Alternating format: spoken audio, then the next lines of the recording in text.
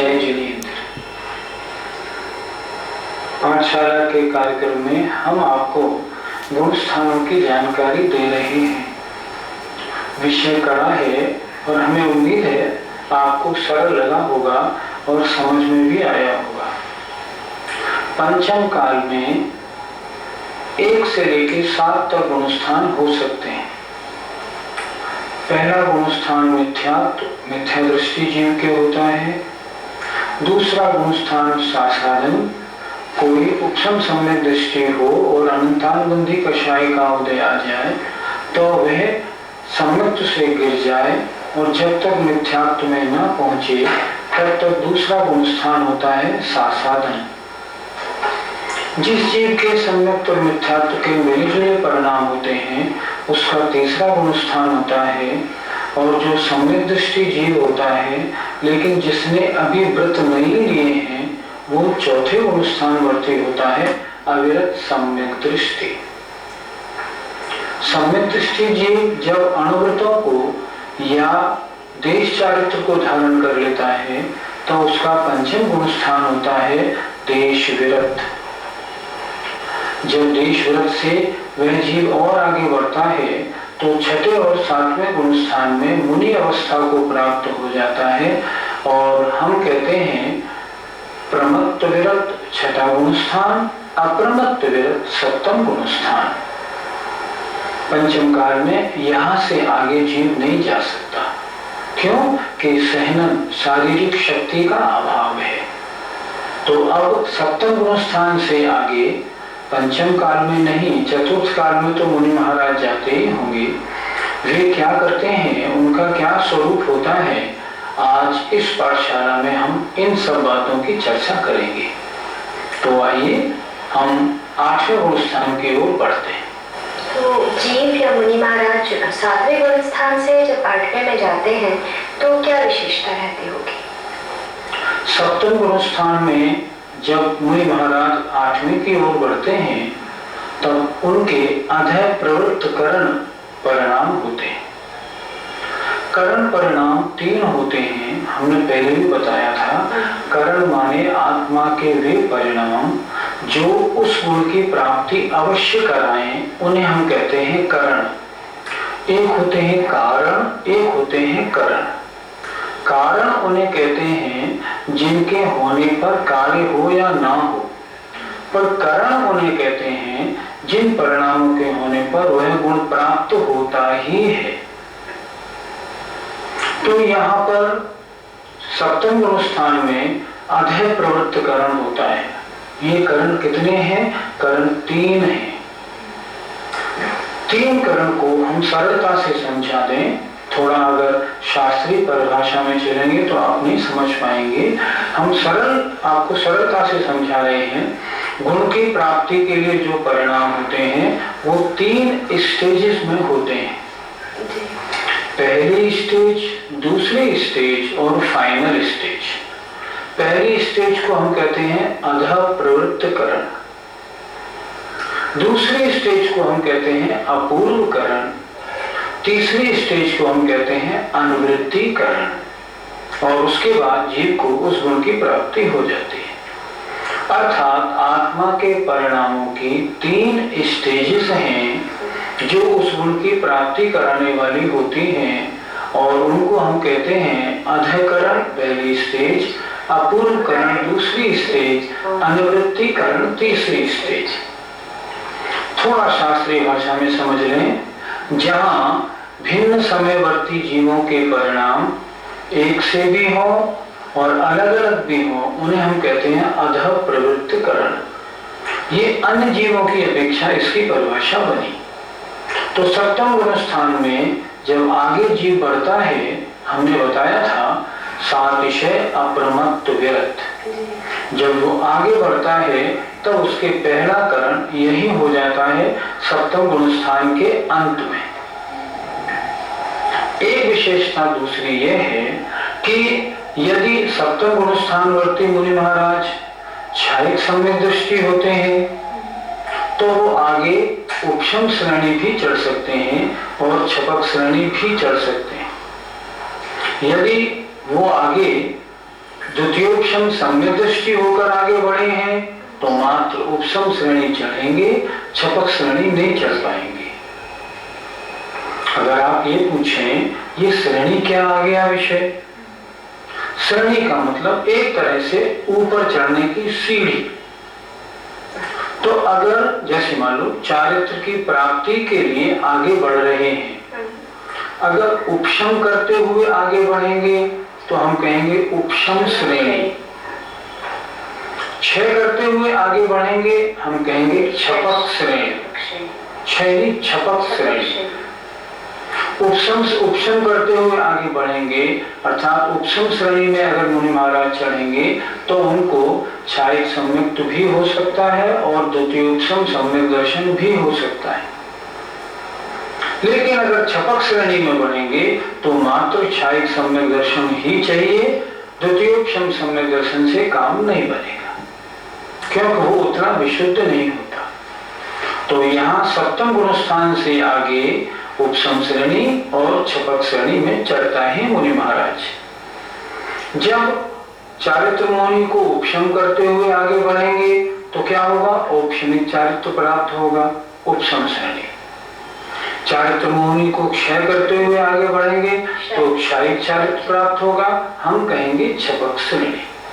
इस तरह सप्तम गुण स्थान के अंत से 2 श्रेणियों का प्रारंभ होता है। उपशम श्रेणी और छपक श्रेणी चलने वाले मुनि महाराजों में क्या कोई अंतर होता है, कोई डिफरेंस होता है? हाँ, उनकी जो शारीरिक शक्ति, शारीरिक सहनन होता है उसमें थोड़ा अंतर हो सकता है। जैसे अब 6 सहननों में 3 सहनन ही माने जाते हैं, अर्धनाराज, कीलक और असंप्राप्ता श्रीपाटिका। वो तो पंचम काल में हम सब लोगों के होते हैं। इन 3 सहनन वाले जीव तो श्रेणी चढ़ ही नहीं सकते, इनको हम बोलते हैं 3 हीन सहनन। अब शारीरिक शक्ति की अपेक्षा 3 अच्छे शक्ति वाले सहनन होते हैं, उन्हें हम बोलते हैं वज्र वृषभ नाराज, वज्र नाराज और नाराज। उपसम श्रेणी चढ़ने वाले जो मुनि महाराज होंगे ये इन 3 सहनन वाले होते हैं, नाराज वाले हो, वज्र नाराज वाले हो या वज्र नाराज वाले भी हो, तीनों सहनन से उपसम श्रेणी चढ़ सकते हैं। लेकिन अगर छपक श्रेणी चढ़नी होगी, चारित्र मुनि को क्षय करते हुए, नष्ट करते हुए आगे बढ़ना होगा, शायद चारित्र को प्राप्त करने की ओर अगर बढ़ेंगे तो केवल पहला सहनन चल पाएगा, वज्र वृषभ नाराज सहनन, दूसरा सहनन नहीं चल पाएगा। ये इन दोनों मुनि महाराजों के, उपसम श्रेणी और छपक श्रेणी चढ़ने वाले मुनि राजों के शारीरिक शक्ति संबंधी अंतर होता है। 8वें गुण स्थान के नाम क्या है और इसकी परिभाषा क्या है, अब ये बताया। 8वें गुण स्थान का नाम अपूर्व करण। परिभाषा अपूर्व माने अपूर्व, अपूर्व नए नए और विशुद्ध और विशुद्ध और विशुद्ध। तो जहाँ नए नए परिणाम होते हों, अधिक अधिक विशुद्धि को लिए परिणाम होते हों, करण माने परिणाम, तो अपूर्व परिणाम मतलब जहाँ नए नए अधिक अधिक विशुद्धि लिए परिणाम जीव के मुनि महाराज के होते हों, उन्हें हम कहते हैं अपूर्व करण गुण स्थान। ये भी 2 प्रकार का होता है, एक अपूर्व करण गुण स्थान उनका जो उपसम श्रेणी वाले हैं, एक अपूर्व करण गुण स्थान उनका जो छपक श्रेणी वाले होते हैं। क्या इन दोनों में अंतर होता है? हाँ, इन दोनों में अंतर, इनकी विशुद्धि में बहुत अंतर, इनकी निर्जरा में बहुत अंतर होता है। जो उपशम करते हुए आगे बढ़ रहे हैं, उपशम श्रेणी वाले, अपूर्व करण गुण स्थान वाले, उनकी निर्जरा कम होती है, और जो क्षय करते हुए आगे बढ़ते हैं उनके परिणामों की विशुद्धि बहुत होती है और उनकी निर्जरा भी असंख्याता संख्यात होनी होती है। ये इन दोनों में अंतर होता है। 8वें गुण स्थान की मूल रूप से क्या विशेषता है? इसमें 4 विशेष बातें होती हैं। पहली बात होती है असंख्यात गुणी निर्जरा, अर्थात जैसे वो जीव आगे बढ़ते जाते हैं मुनि महाराज तो उनकी विशुद्धि बढ़ती है, और विशुद्धि बढ़ने के कारण उनकी प्रति समय कर्मों की निर्जरा असंख्यात असंख्यात गुणी बढ़ती बढ़ती बढ़ती चली जाती है। अगर ऐसे नहीं बढ़ेगी तो मोक्ष के निकट कैसे पहुंचेंगे? इसलिए पहली विशेषता हुई असंख्यात गुणी निर्जरा। दूसरी विशेषता होती है गुण संक्रमण। संक्रमण माने कन्वर्जन, गुण माने गुणों का, अर्थात जो आत्मा के साथ लगे हुए जो अशुभ कर्म हैं वे शुभ कर्म रूप परिणाम करने लगते हैं। असाता वेदनी का साता वेदनी रूप जो अशुभ जो कर्म हैं वो शुभ कर्म रूप परिणाम करने लगते हैं। इसे हम कहते हैं गुण संक्रमण। उनके गुण का कन्वर्जन होना। ये क्यों होता है? इसमें कारण है उन मुनि महाराज के परिणामों की बढ़ती हुई विशुद्धि। तीसरा होता है स्थिति खंडन, अर्थात आयु को छोड़ करके आत्मा के साथ लगे हुए जितने भी कर्म हैं, चाहे वो पुण्य रूप हो या पाप रूप हो, सबकी स्थिति घटने लगती है। मान लो 1000 सागर थी, अब 990, फिर 970, फिर 965, फिर 960 सागर रहती जाती है, उनकी स्थिति घटने लगती है। इसको हम कहते हैं स्थिति खंडन। स्थिति खंडन मतलब स्थिति का घटना। चौथी विशेषता होती है अनुभाग खंडन। आत्मा के साथ लगे हुए पूर्व काल में बांधे हुए जो पाप कर्म होते हैं उनका स्थिति घटना तो हो रहा है तीसरी बात में। चौथी में होता है उनकी फलदान शक्ति पाप कर्मों की घटने लगती है, पुण्य कर्मों की बढ़ने लगती है। अनुभाग खंडन चौथी विशेषता, अर्थात पाप कर्मों के फल देने की शक्ति का निरंतर घटते जाना और पुण्य कर्मों के फल देने की शक्ति का बढ़ते जाना। ऐसा क्यों हो रहा है? मुनि महाराज का ध्यान बढ़ता जा रहा है, विशुद्धि बढ़ती जा रही है, तो पाप कर्मों की शक्ति घटेगी और पुण्य कर्मों की फलदान शक्ति बढ़ेगी। तो क्या बात समझ में आई? 8वें गुण स्थान में 4 विशेषताएं होती हैं। पहली विशेषता गुण श्रेणी निर्जरा, दूसरी गुण संक्रमण, गुणों का चेंज होना, तीसरा हुआ स्थिति खंडन, स्थिति घटना, और चौथा होता है पाप कर्मों के फल देने की शक्ति घटना, पुण्य कर्मों के फल देने की शक्ति बढ़ना। इस प्रकार ये 4 विशेषताएं अष्टम 8वें अपूर्व करण गुण स्थान में होती हैं। बात हमने बताया कि 8वें गुण स्थान में मुनि महाराज के ध्यान कौन सा होता होगा? इस संबंध में आचार्यों की 2 परंपराएं हैं। धवला टीका लिखने वाले आचार्य वीर सिंह महाराज कहते हैं कि मुनि महाराजों के 10वें गुण स्थान तक क्योंकि कषाय का स्वभाव है इसलिए उनके धर्म ध्यान होता है, शुक्ल ध्यान नहीं होता। ये वीर सिंह स्वामी का कहना है। लेकिन अन्य आचार्यों का कथन है कि 7वें गुण स्थान तक धर्म ध्यान रहता है। यहाँ 8वें गुण स्थान वाले मुनि महाराजों के शुक्ल ध्यान का पहला भेद जो पृथक्त्व वितर्क है वो प्रारंभ हो जाता है। पृथक्त्व वितर्क बहुत अल्प कषाय में होता है, लेकिन वीर सेन स्वामी कहते हैं नहीं, शुक्ल ध्यान तो कषाय रहित जीवों के ही होता है। ये इन दोनों में अंतर है। द्रव्यान योग थोड़ा स्थूल वर्णन करता है, इसलिए वह 8वें गुण स्थान से शुक्ल ध्यान मानता है।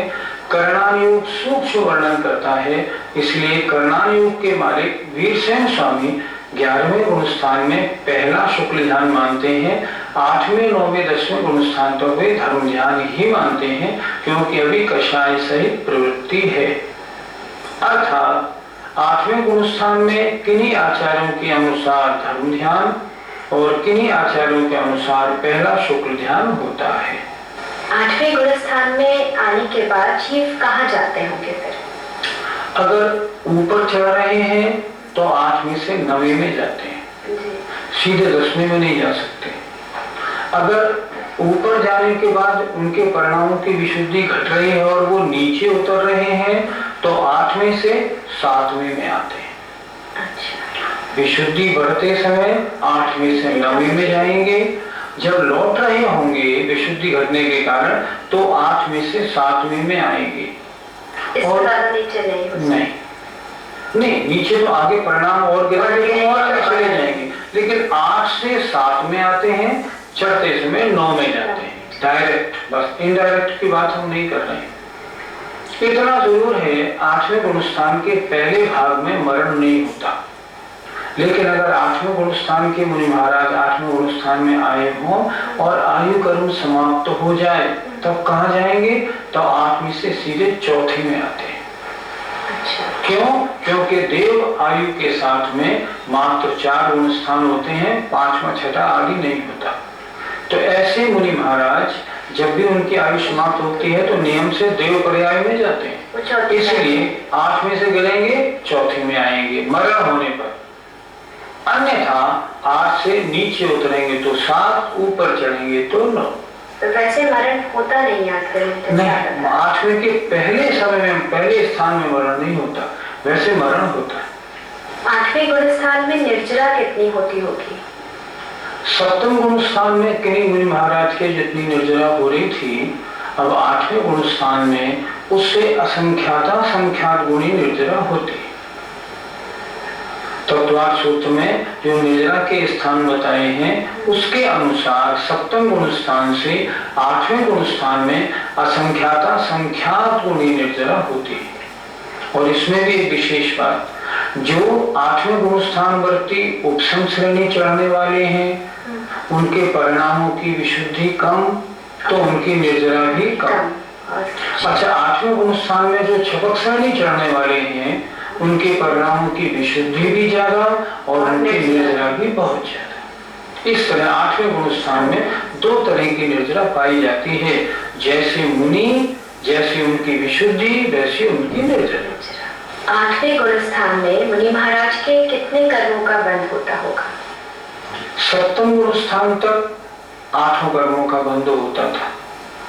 जब आयु बंध का काल था तब आयु कर्म का भी बंध होता था, शेष समयों में 7 कर्मों का बंध होता था। अब आयु कर्म का बंध होता है 7वें गुणस्थान तक, इसलिए 8वें गुणस्थान में आयु कर्म का बंध अब रुक गया 7वें गुणस्थान तक ही। तो 8वें गुणस्थान में कितने कर्मों का बंध रहा? 1 हटा दो, 7 कर्म। 8वें गुणस्थान में 7 कर्मों का बंध प्रति समय होता है। 8वें गुणस्थान से जब जीव 9वें गुणस्थान पर जाता है तब उसकी क्या परिभाषा होगी? 8वें गुणस्थान का नाम था अपूर्व करण। इसमें अपूर्व परिणाम थे।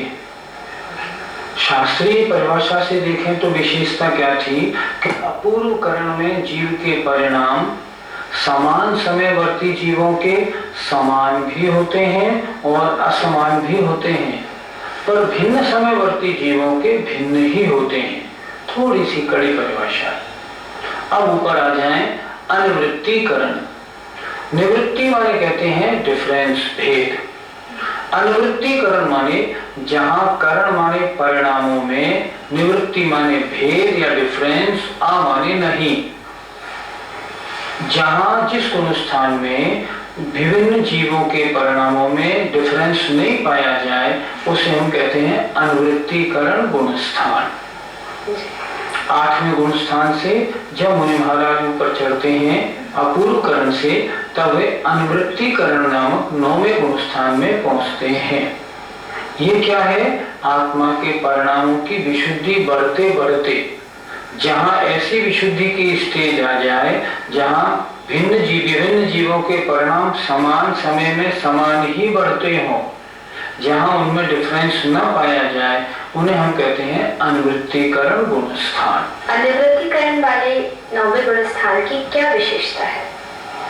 इसकी एक विशेषता यह है कि अनुवृत्तिकरण गुणस्थान में जो मुनि महाराज प्रवेश करते हैं उनके परिणामों की विशुद्धि इतनी हो जाती है कि जो कर्म इतने मजबूत हैं, निधत्ती और निकाचित रूप, जो टाले नहीं टल सकते, बिना फल दिए नहीं हिलते हैं, जिनमें घटना बढ़ना भी नहीं होता, ऐसे कर्मों का निधत्ती निकाचितपना नष्ट हो जाता है और वो सामान्य श्रेणी वाले कर्म बन जाते हैं।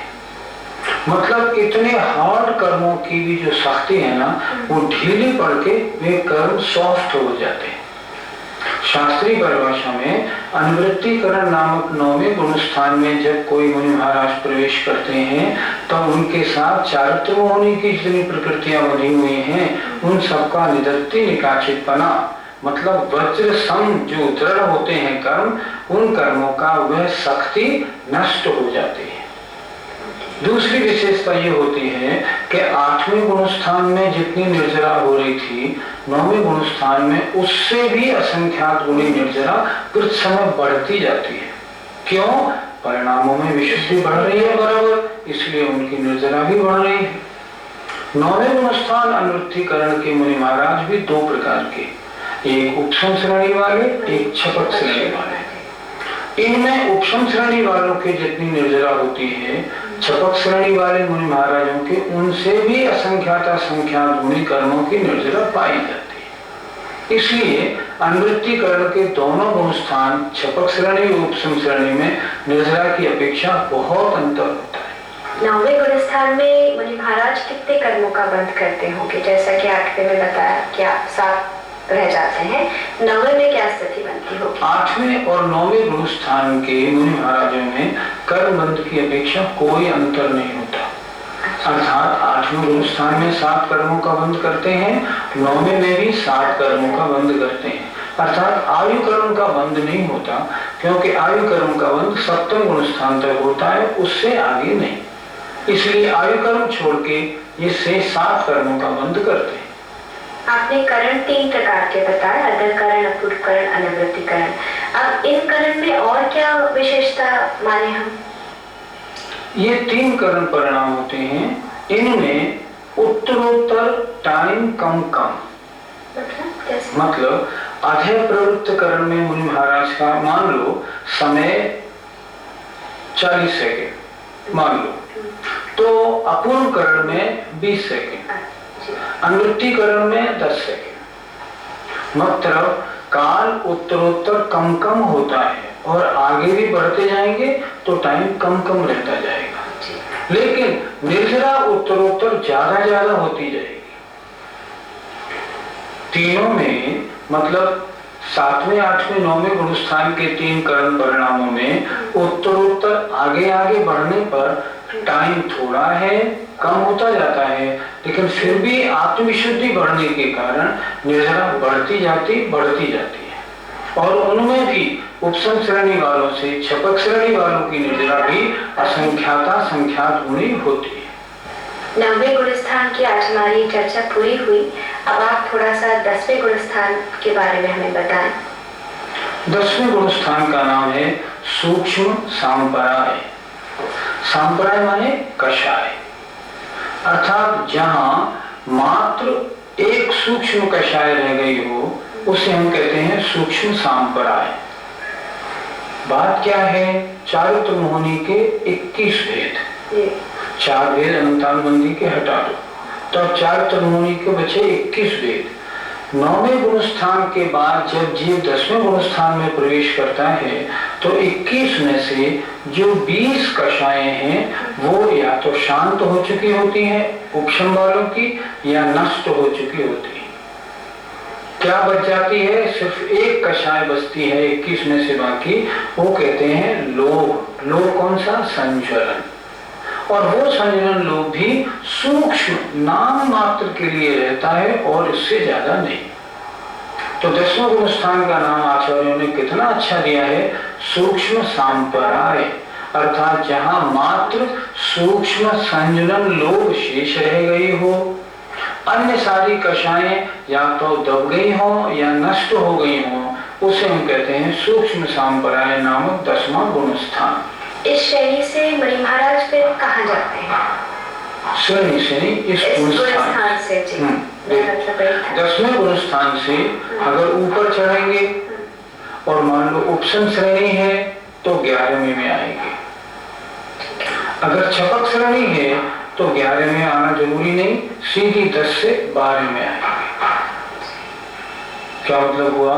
उपशम श्रेणी से अगर चढ़ रहे होंगे तो 10 से 11 में आएंगे, क्योंकि उपशम श्रेणी के 4 गुण स्थान 8, 9, 10, 11, लेकिन छपक श्रेणी में 8, 9, 10 और 12 11वां गुण स्थान नहीं होता।